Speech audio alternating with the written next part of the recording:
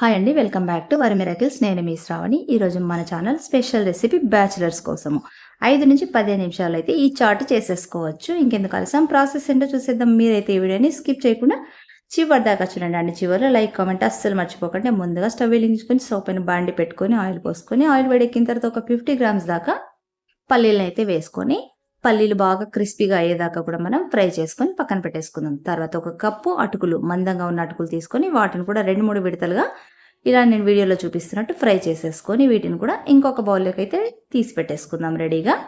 తర్వాత మనము ఇందులోకి ఒక 20 దాకా జీడిపప్పులు, అలాగే ఒక 20 దాకా కిస్మిస్లు, ఇవి కూడా మాడిపోకుండా కొంచెము బ్రౌన్ కలర్ వచ్చేదాకా కూడా బాగా వేపేసుకుందాము.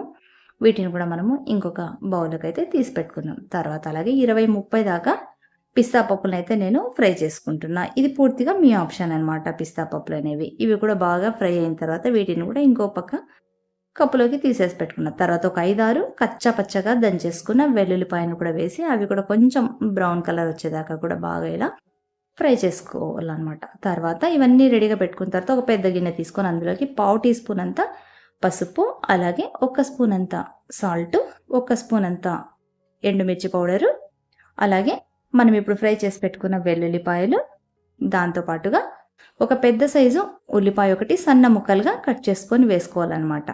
తర్వాత ఒక 10 దాకా పచ్చిమిరపకాయలు చిన్న చిన్న ముక్కలుగా కట్ చేసుకొని పెట్టుకోవాలి. అలాగే 2 మీడియం సైజ్ టొమాటోలు చిన్న ముక్కలుగా కట్ చేసుకొని వేసుకోవాలి. అలాగే ఇప్పుడు మనం ఫ్రై చేసి పెట్టుకున్న జీడిపప్పులు, కిస్మిస్లను కూడా ఇందులో వేసేసేయాలి.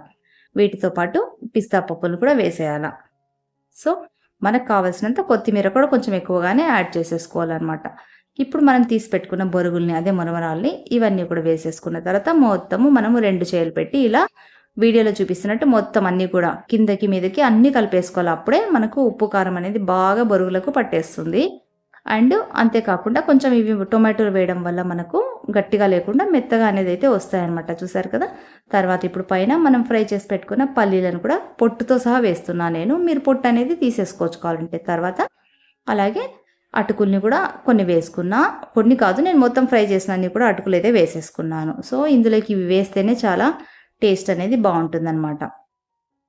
సో ఇలా మొత్తం వీడియోలో చూపిస్తున్నట్టు అన్నీ కూడా మీదకి కిందకి అంతా కూడా కారము, ఉప్పు, టొమాటో, కొత్తిమీర అన్నీ కూడా పట్టేలాగా బాగా కలిపేసుకోవాలి. చూడండి ఎంత బాగుంది కదా.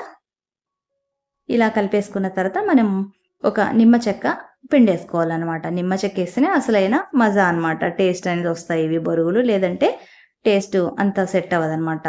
ఫైనల్గా లెమన్ అయితే ఖచ్చితంగా వేసుకోవాలి. సో ఇప్పుడు ఇవన్నీ కలిపేసుకున్న తర్వాత బౌల్లోకి వేసుకోవడం, తినేయడమే. చక్కగా ఈవినింగ్ స్నాక్ ఎంజాయ్ చేయడం. నెక్స్ట్ మళ్ళీ ఇంకొక మంచి వీడియోతో మళ్ళీ మీ ముందుంటా. Until then bye. థ్యాంక్స్.